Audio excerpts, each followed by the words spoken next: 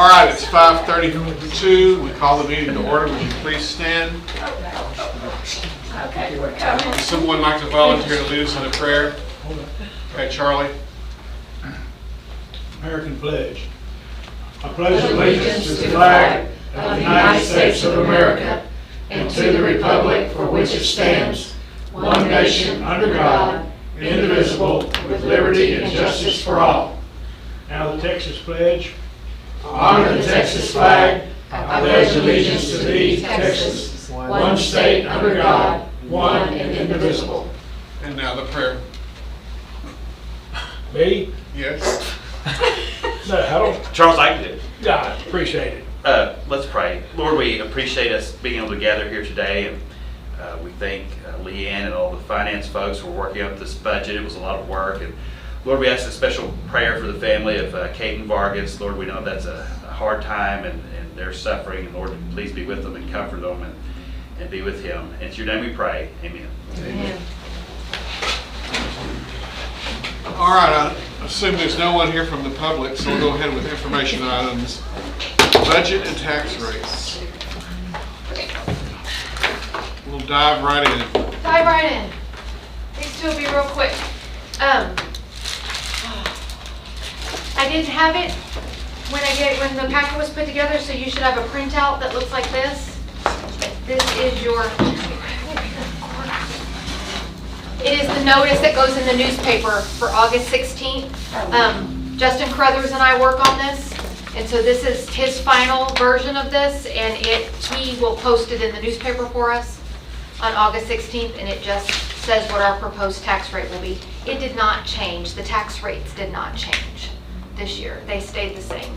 Because of the homestead exemption, it was bottomed out, and so we stayed exactly as we were, which a lot of school districts did this year. So that is that item. Unless you have any questions on that. Homestead exemption, it was 10,000, is it still remain the same or it go up? It went up to 100,000 and now it's gone up again to 140,000. Oh. So it's going to make a difference on our taxes and what we bring in, which is the very next information item if y'all want to move on to that one. And so if you look at that one, it's actually in your packet. We went down $89 million compared to last year between Coryell and Bell, but that is because the exemption changed. So we get a finite pot of money. If it doesn't come in taxes, it comes in from the state. So that money will still come in, it just will come in from a different spot. So taxes wise, we'll get less. State input will get more. And Brian Grubbs verified that 26 million is still our magic number on the amount we can raise on a bond without raising taxes. So even with the $140,000 homestead, that did not negate that. So you ran the numbers, so we're still good on that. Tax side, it looks like we're losing money, but the state will make up that difference. We sure about that? Well, that's the way it's supposed to work. So, They're a trustworthy lot. yeah, Yeah, they're all taking trips. I know. So that, right?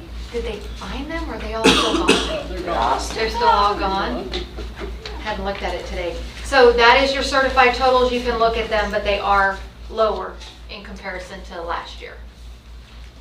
So those are my two information items. Do y'all have any questions on those? I just appreciate the hard work y'all put in it and the many hours. Thank you. Absolutely. I appreciate that. It takes a team. All these people help me. Attendance tracks. So at a previous meeting, y'all approved the start times in our day, and so this is just giving you the wrap up of that of our total minutes. And so it's just an informational item that showing that we do meet the requirements of 75,600 minutes, and we have built-in cushions on all the campuses for any type of bad weather days or other things that might happen. And so it's just information on that. All right. Presentation, discussion, action. T-tests. So this is a compliance piece. Every year you have to certify who the appraisers are in the district. And what you have on this list is all the campuses principals and assistant principals, and then those in the central office that have their certifications, their appraisal certifications through T-tests. And so once you appraise this list, then these are the ones that will go out and evaluate the teachers. So the recommendation is to approve the list of T-test certified appraisers as presented. Do I hear a motion? Mary Ann, a second. Linda, any further discussion? All in favor? Thank you. Okay, code of conduct. Ms. Maxwell and I were talking about before the meeting started, there were quite a few changes to the code of conduct this year from the legislature. And every year the school board adopts the code of conduct. You don't adopt the handbooks, but we'll present those at the next meeting for you to review. The principals worked really hard on getting them done, and it just didn't quite get done in time to get them presented at this meeting. But at the next meeting, I'll have the handbooks for you to review. But the code of conduct, I can go through. I mean, it might just be easier to answer questions that you have than me to talk about all of the changes, because there were quite a few. Most significantly, they implemented ISS back into the code of conduct.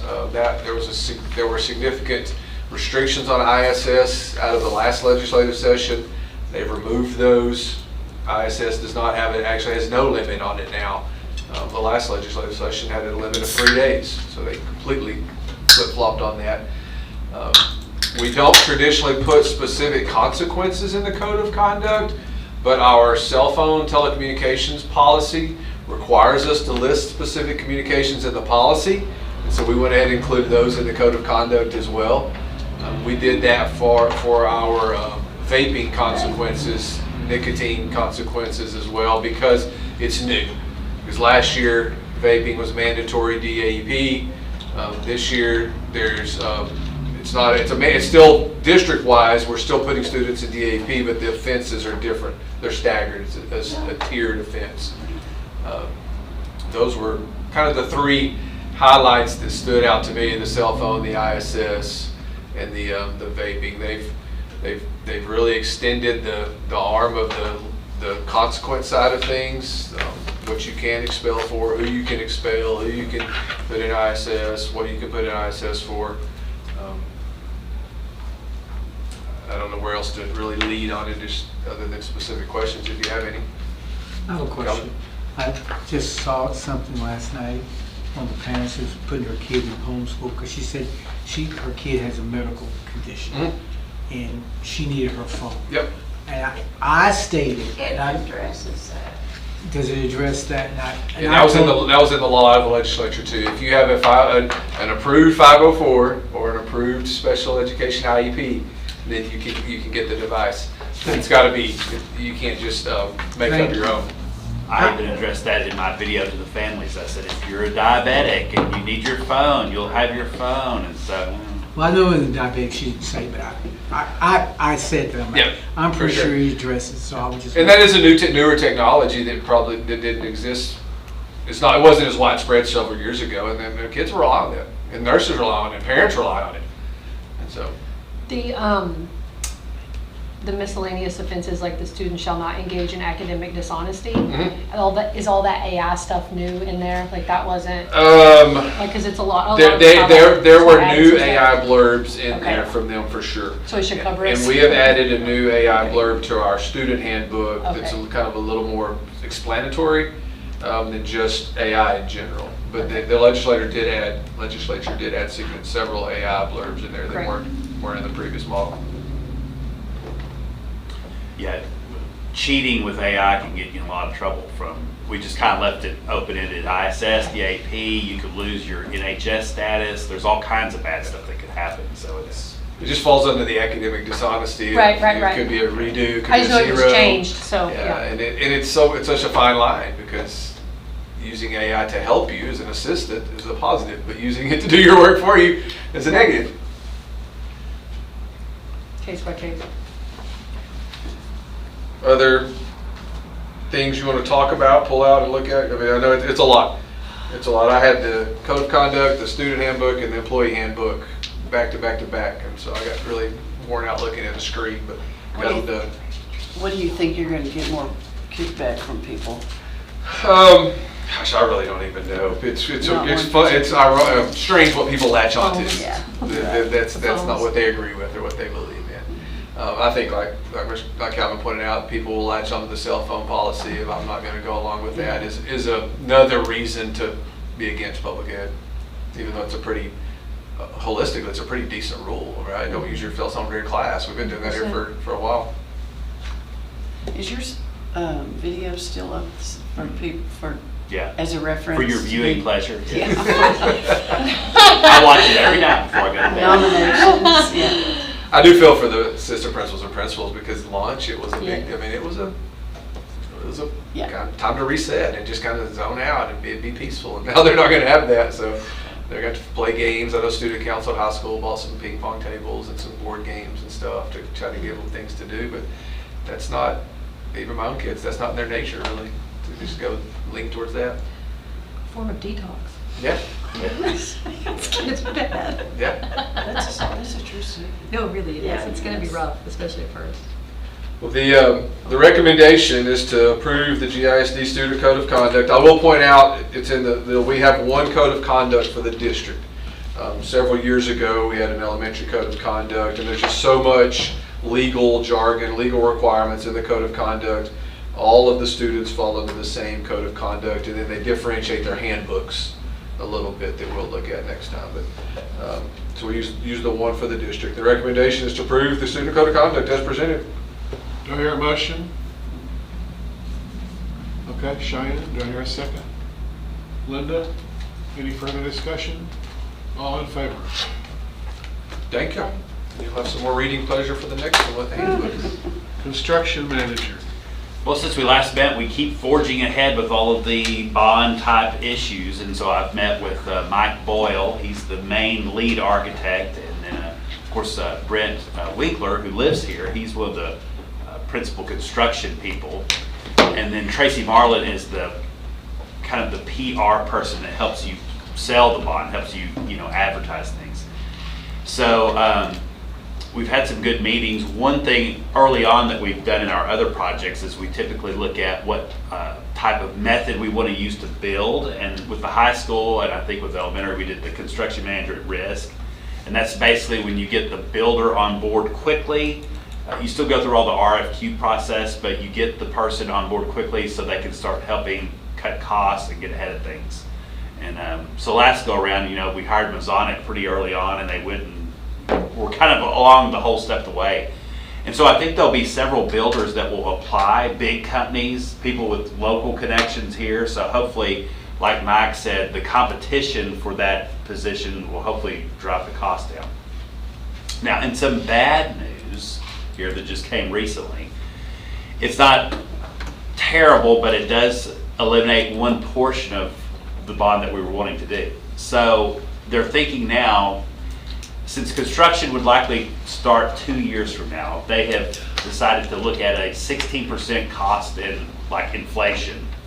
So that's like a big percentage. So I wanted to kind of get this in your minds. So we can still do everything to the junior high, the restrooms and the auditorium and all those types of things, getting theater and choir and band, all that. They don't think they can get sixth grade over there, which I don't think would be a deal breaker. Maybe it's a blessing in disguise. I've often worried late at night about the traffic patterns here if sixth grade comes over here. Charles, you always talk about how it's bad at the intermediate. This little parking lot, I don't know. The other thing is that, people might question, well, why do you have empty classrooms at the intermediate? You've already got a space for them. So maybe it's a blessing that we don't do it. If for $26 million, you could do all the other renovations to the junior high, connecting the Mary Bishop gym to the main building, getting rid of the portables, redoing all the bathrooms so it's ADA compliant, not having any kids walk across Marshall Street to go to band and theater and choir. You still get your field house, you still get your press box, you still get your turf on softball and baseball, and a new track surface on not the cross country, but the actual running track. And so Auditorium still. auditorium gets renovated. That's a must. That thing. Clay actually came to see me, who's namesake is now attached to that, and he agreed, yeah, it needs some updating. And so, That's almost as bad as the field house. yeah. So, I was disappointed at first to see that because I'd like for 6th grade to be with 7th and 8th for the secondary schedule, them being together, 4th and 5th separated, but I'm thinking it's just going to be too. He was like, well, you could go for a second bond in a few years. I said, no, not doing that. We've got to get it all. We don't want to raise taxes. I think if we go above 26 million, we'll have a difficult time. So anyway, that was hot off. That was yesterday's news in an email about 5 o'clock in the afternoon. So I wanted y'all to know that and hear that in public session. So that's the latest. Now I think that's a very conservative cost estimate. I think that surely everything else will be okay. I then reached out to the city to start asking them about all their various fees, because there's a lot of fees that go along with permits and all that, and so they've already been responding, and hopefully a lot of these other extraneous costs will come in under what they're expecting. Oftentimes when you're building in, say, Dallas or Austin, the fees are horrifically higher than what they would be in Gatesville. So anyway, that's the latest. But back to our original discussion point here. That CMAR, construction manager at risk, you can lock in the guaranteed maximum price. That's important. And again, they are with you early on and help you throughout the process. So my recommendation would be to go ahead and utilize the construction manager at risk method in the addition, construction, and renovations to the junior high, the field house, and the press box. Do y'all have any other questions about it? So we're just taking baby steps. This is just another baby step. We're picking the method, and then we would have to go through all the process of actually picking the company. And the baseball field. Yeah, All that seemed it's still, just kind of. this wasn't, the cost stuff isn't in this like little agenda item, but I wanted to let y'all know because we just got that in yesterday. And that was pretty big news that he kiboshed 6th grade coming And that over. is final, like there's no hope that it's gonna come over? We could eliminate some other things instead. I think it's worth a discussion, just to Yeah, make sure. sure, yeah. When the baseball fields with turf, is it just the infield or the infield and outfield? I'd have to ask. I think I Yeah, found that. I think it's on the full. Yeah, I would think so too, but I'll make sure.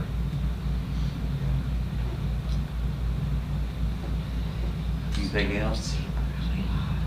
That sounds like a good deal, we should do this. Yeah, I guess. yeah. This is typical of the construction process. You get a kick in the pants about once every week until it's finally over. Everything was fine just 2 weeks ago. Yeah, yeah. They bring a bottle of Tums when they talk to you. And I get it, they're trying to, it's very volatile out there. They never know when a tariff or a steel or whatever's gonna, so I get it. So that's my recommendation. That my recommendation tonight is just about the construction manager at risk, nothing about the cost or all that stuff. So. Do I hear a motion that we accept it? I do. Construction manager at risk method? Okay, Mary Ann, second. Linda, all in favor? Okay. Local board policies. We know we just did update 125, and because of all these new laws, we're gonna have update 126. But in the meantime, there's a handful of laws that TASB said, you gotta get these passed right now because you gotta have them done before the first day of school. And so there's 4 of them tonight. One of them being the cell phone bill. So that's FNCE local. And basically that's just TASB's recommended policy. We've already kind of talked about all the cell phone stuff.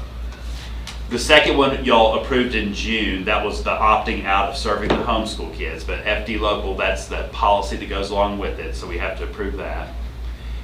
Then a big one is EFB local. It's all about the library books. Politicians getting a real tiz about library books because they think that, the librarians are gonna purchase something raunchy, read it to the kids, and so now, get this, every time the librarians want to purchase a book, you have to approve it. Us? Per You. book. Dang. Per book? They're gonna give, our strategy is to give y'all big lists. So when they have a big, because they usually order, So they expect for us to read. so Calvin, you've So gotta it comes read, back on us. you've gotta read all the books. I've ordered books before, and those lists are way long. They're huge. Yeah. Just the titles are huge. So I guess it's another stopgap that they think if you've got some rogue librarian that the local school board can swoop in and meticulously look at the titles and say, okay, we're not getting Moby Dick, and we're not getting, Scarlet Letter, and we're not getting that sort of thing. I mean, at least it gives you an out, I guess. It does. I'll tell you what else it does. In a lot of big cities, there are factions that spar over this kind of thing. And a lot of people are elected to school boards over their stands. And a lot of people have been upset because the school boards haven't had an opportunity to really come in and have their voice heard. So what it promotes in those big districts where all of that conflict is conflict. So three of us are ultra conservative, and we don't want anything in our libraries to have anything to do with anything other than, love and whatever. Then there's some of us who, hey, we hire professional librarians, leave it up to them. They're the ones that ought to know. And if someone objects to a book, they'll let us know. But this is micro management at its absolute peak. So I hope because we're all sane and former educators, we'll get the list, approve it, and let the librarians go through it and decide if there's anything that's questionable. And if the book comes and somebody questions it, there's a process. There's a process for There's that. a process. You can challenge it. Absolutely. Yeah. And in the past 10 years that I've been here, we've never had one book challenged to my knowledge. And that's a testament to the librarians picking things. They buy lots of books. It's not like they just pigeonhole 5 titles. It's just, but they are trying to do their due diligence to pick stuff that's on the road. I'll give you an example of one that I went through as a principal. I know you're in a hurry, Calvin. You want to go play tennis? I had a parent that came in that was very concerned that her daughter brought a book home, and it had a picture of a Ferris wheel with what she said was the Star of David. And she thought this was some kind of a promotion of the Jewish culture or whatever. I don't know what she was talking about. But it was a Ferris wheel in a carnival. And that became very clear when you read the book. You know how a carnival has a Ferris wheel that's lit up? Yeah. And so it was obvious that she had not read the book and she didn't know what the book was. But when we sat down and explained it, all was good. That's the way it should work. Someone comes into the principal, I have a concern about this book, let's talk about it if we have to get the committee. So here we go.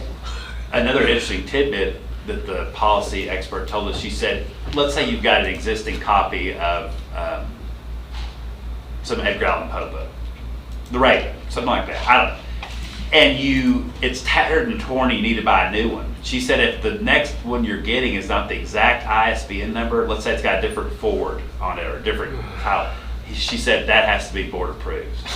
So it is, like Charles said, micromanaging. The librarians and I are going to meet Thursday morning and look at it, and so, but we've got to get this passed tonight just to be kosher for the start of school. But there are some board members in these big schools that'll say, I want every single book read. I mean, just, Yeah. I don't know what's going on. I was just about to say that. Yeah. Yeah. You can read Yeah. The fourth Guys on and his motorcycle. yeah. We'll get you a backpack. You can take a pile home every day. The fourth and final policy is FM local, and it just makes a reference to the homeschool issue. It's not really directly talking about it. We've got to change the wording. And the other thing with FM local is that we used to have kind of artificial limits set on students missing school for extracurricular activities. And there could be like even some punitive type things, I guess, happen if you went over, like you went to too many wrestling competitions and too many band. So we've got TASB to reword that to where there's not a limit. So we thought that's a good change too. So I would recommend the board approve the TASB recommended updates to those 4 local policies, FNCE, FD, EFB, and FM. Do you hear a motion? Okay, Charlie. Second. Okay, Lloyd. And any further discussion? All in favor? Okay. workshop. Switch computers, so Y'all have a copy of it, I gave it to you, but I'm also gonna throw it up here so that way I can point out some stuff we need to. I can, where am I? There it is.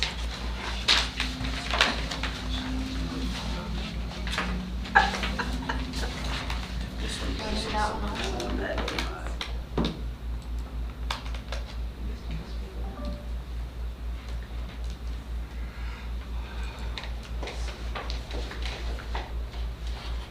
Oh, my computer's off. Oh, there it is. There it is. yes. Okay, so I'll just recap real quick for y'all. We've been changing this every day for the last month. We've been waiting to the very last minute because all this House Bill 2 stuff changed. We've been waiting for guidance from the state. Y'all know I waited a long time to give you salaries because we were trying to find out exactly how it went.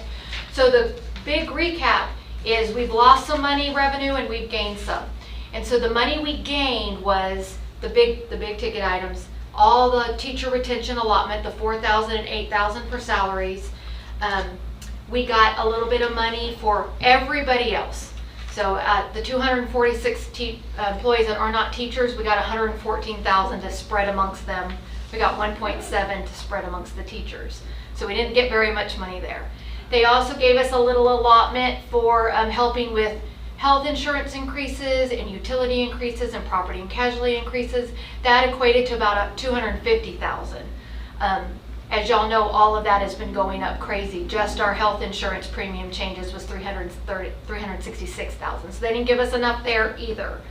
And then we got our basic allotment for the students went up $45 a student. So that gave us a little chunk there.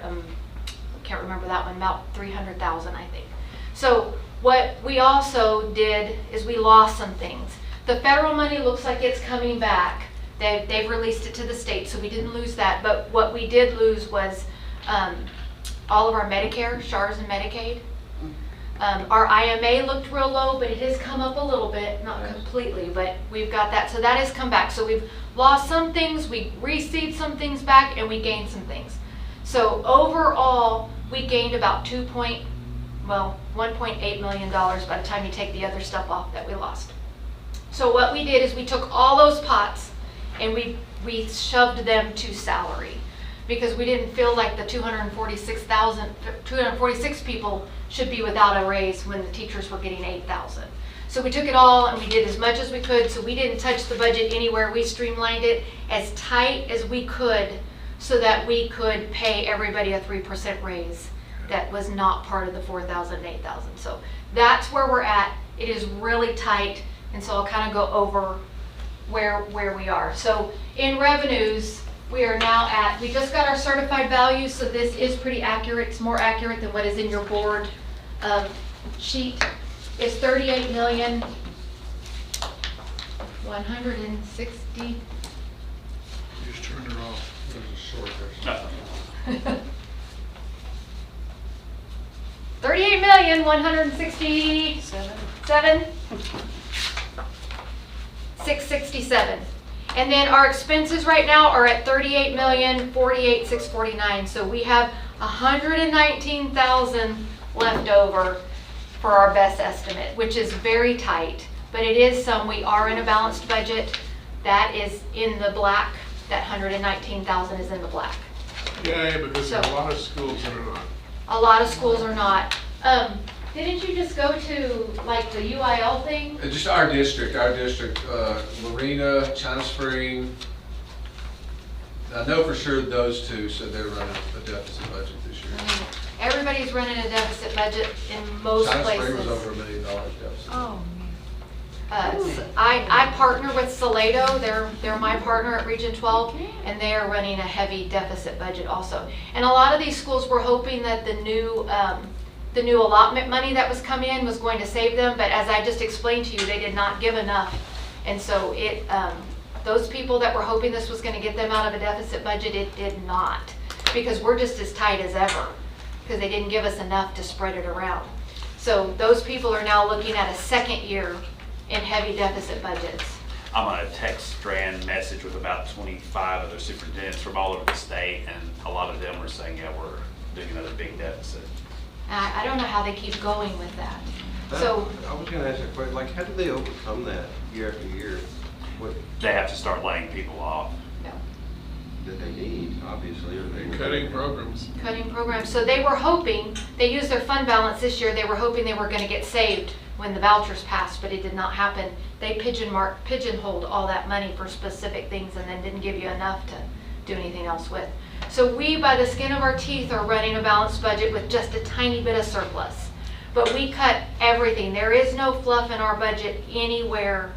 And then we were able to give everybody those raises. So that's where we are right now. I will tell you that we have been going back and forth with insurance people, because our property and casualty insurance is really high. And they were expecting it to be 10% raise again, and it actually was not. It's actually started to stabilize, and we got another proposal that kicked it down. So we paid $553,000 last year, and we found a new one for $476 going forward. So that's part of the reason we have this little bit of fluff. We had $45,000 before that came in. So we were getting really, really close. So if you want to look at appropriations, we can go through this. So you can see the very top line is our human resources. That's our personnel. So last year we were at 25 million, and this year we're at 29 million. So that's where all of our money went, was in that area. And then if you look at primary schools, junior high, high school, all the campuses, they look like their budgets went down, but we took a whole bunch of costs to include. So in their budgets every year, they have to pay for copiers, they have to pay for Region 12, they have to pay for all those things, but they don't get to touch that money. We pull it. And it's very confusing to them, and they don't know why they can't use it, and they don't know why it's there. So all we did was we pulled it out of their budget, and we put it in the district admin budget, since we're the ones that pay it anyway. So it looks like their budgets went way down, but they didn't. They're still working with the same money they were working with the year before. We've just taken all that stuff that confuses them that they can't use anyway out, and we've got it on our side. Then if you go down, special education stayed the same. There is a little bit of increase in high school and intermediate. High school and junior high and intermediate, and that's just like we needed more money to pay for the sound system at graduation, and that's just typical things that just cost a little bit more money now that they couldn't afford this year because the bills were too much for things like that. So there isn't anything else in there other than your cost of living increases. Special education stayed pretty close. Tax levy, they're charging us another $32,000 more for our stuff this year. Athletics, they just went up just enough for meals. They're not being able to pay for meals when the kids go somewhere with our current rate, so we raised that $1 a kid so that they could pay for those, and so that's their biggest thing. And then in there is also like turf at the football field. To get it, you have to get it scrubbed or something. That wasn't in the budget, stuff like that. So theirs is not much. Playoff expenses did go up. We went up from 130 to 160.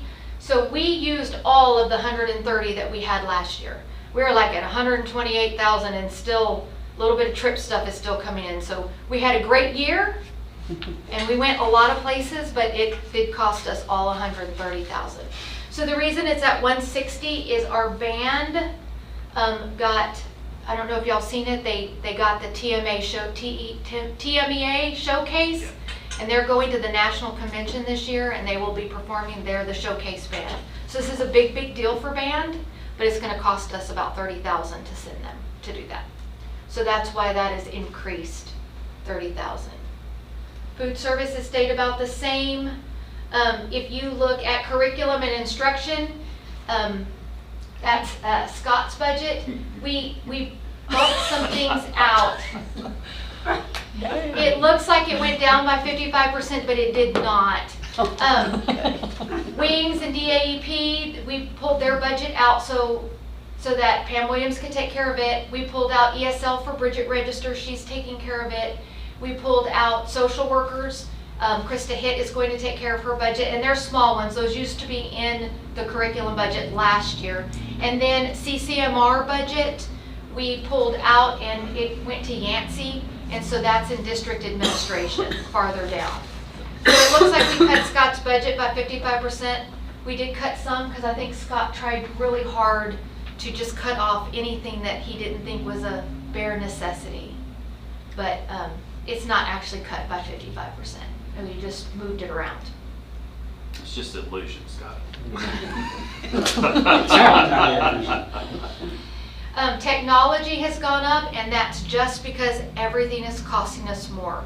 All of our services, all of our monthly bills, everything is just costing us more in the technology department. Transportation is down, but that's because we bought those 4 buses last year. And this year we just put some money in for some vans, correct? Vans and or pickups. Vans or pickups. So that's why it looks like it went down. It's because we had those big 4 buses in there. And then next year it'll go back up for, when do we do buses every other year?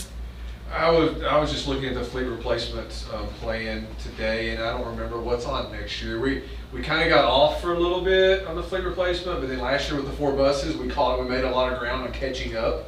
Okay. And so I actually want to sit down with Chris. He comes back on contract tomorrow. I'm going to sit down with him on Thursday and really look at the fleet replacement plan and see how we can adjust and maybe bring that to you guys again, because y'all approved that the first time. And that was a really good deal for us last year because the state matched us half and half, right? Close to half. Close to half. They gave us about $88,000 a bus. So they paid for part, we paid for part, which is why we did the 4 last year. After that is maintenance. Maintenance is up $200,000, and that is utilities. Our utilities were $100,000 more this year than we budgeted last year after we even put them up. Our electricity is running about $55,000 a month for the district. So utilities are just killing us. And then just general maintenance, it's just costing more. Don't I say was like, move oh it. my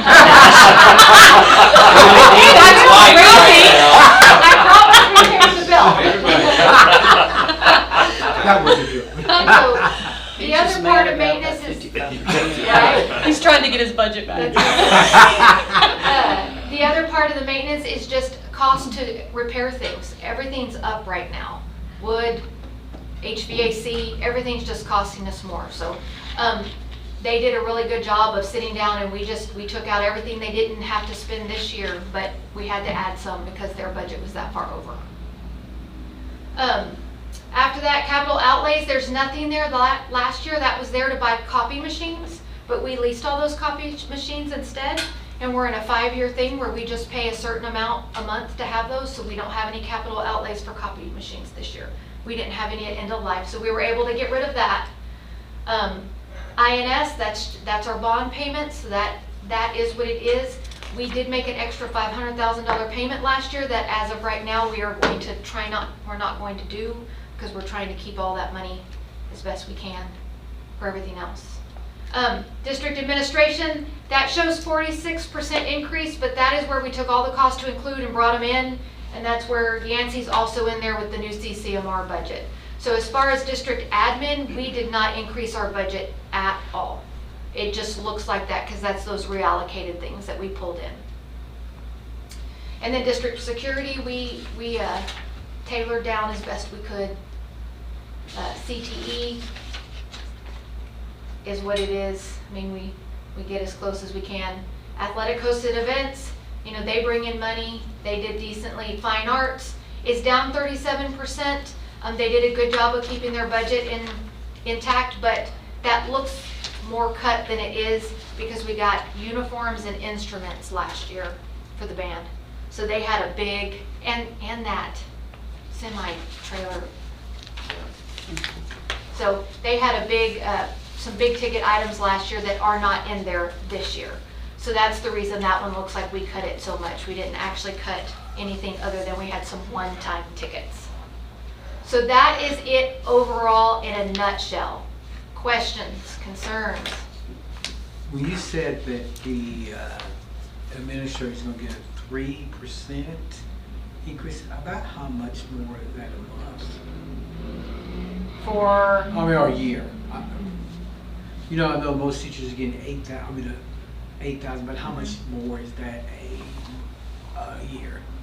That 3% of the administrators? for everyone or just for? For the administrators, for just For one. the administrators? Yes, for one. So, I mean, it depends on what they make, you know, it's a 3% based on what they make, but your average principal, I wanna say, might have been around $2,000 to $3,000 a year. It's about what it ranged. So all their increases are a lot lower than that 8,000. Yeah, all your administrators, because they didn't want any money going to administrators. That 114,000 they wanted for everybody else, but we gave 3% raises across the board: cafeteria, custodians, secretaries, support, SROs, librarians, everybody got that raise across the board, administrators included.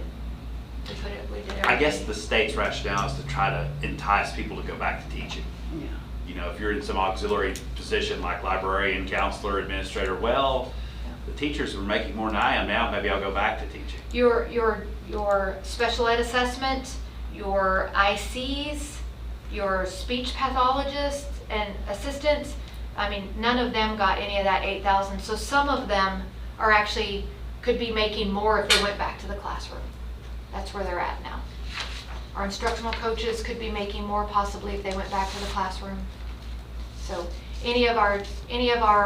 the state required that you taught for at least 4 hours in the classroom to qualify for the 4,000, 8,000. So like librarian at the high school, she teaches exactly 4 classes. And so she qualified, but if you don't teach 4 classes, if we gave it to them, then we had to do it out of our own pocket. And all those people that are paid for with federal grants, we couldn't pay for that with federal grants, so we had to allot it out of our local pocket, that difference. And we have to track it, so all 468 employees got another job code added because we have to track that 4,000 and 8,000. So, other questions? Calvin? You know, the athletic budget, and I think we talked about this, is this year, because I hear so many people complaining about how much money that we can make, but we lose money by not having the card. So we have it set up to use a card. You mean like at the concession stands and at the door? We have it set up. So baseball and softball did not, or track, they did not want to try it. But we have it set up, so they should be using it for volleyball in the spring. I mean in the fall. Basketball can if they want it. We have it all set up. Because I think, I mean, this is my thing, because there's a lot of people who come to the concession. We can Yes. make money, but they lose it because people just don't bring cash anymore. So we have it set up so that in the fall, any of the sports that want to can use it for the concession stand and for their front debt at the gate, if they want. Is it because they want to, or could they be required? I get they don't want to, Right but now, I'm just saying because, I'll tell them Calvin said. no, I'm just saying, I'm not trying to, but I mean, that's money Yeah. they're losing. yes. That, Yes. Do the credit card companies charge us for using them? Yes, they do. Yes. So we lose money if you have a credit card. That, or we have to up our prices so that that's 3%. I think for this it's 2%. We got a special deal because it's schools, but Well, we have to increase our prices so that we don't lose the money. Most of your football games always make money. Your girls' athletics don't usually come out ahead after they pay their referees or whatever. Soccer does usually come out, basketball maybe, but it's usually by the time they pay all the referees, they have exhausted what they have brought in at the gates. And I think Ricky was talking about increasing the cost to get in some, because we have it a lot less than a lot of people. In our tournaments, they didn't increase the prices and they went in the hole in the tournament, the volleyball tournament last fall. So they plan to increase their gate price for the volleyball weekend tournament. Just a note on that, that's only for our non-district games. The district sets the price for district games. Yes, yes, our own like hosted events. Is there a recommendation tonight? Yes, there is, I'm sorry. No, you're good. We recommend that the board consent to this overall framework for this preliminary budget. I don't see it changing much, but it may change a little bit if we get any more information in the next 2 weeks. A finalized proposed budget will be presented to the board later in the month for final adoption.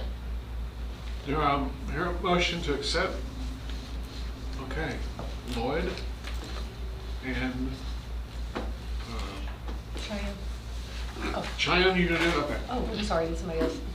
I've had 3 hands. Oh, sorry. Cheyenne did it first. Got it. I thought She you were rang the trying to bell remember first. my name. I thought you were trying to remember my name. I was like, happens Oh, to no, me I all was the trying to time, figure out Cheyenne. which I think I was up there and you couldn't see that. It's still Cheyenne, isn't it? Yes, it is. As of All in today. favor? Okay. Our meeting is adjourned.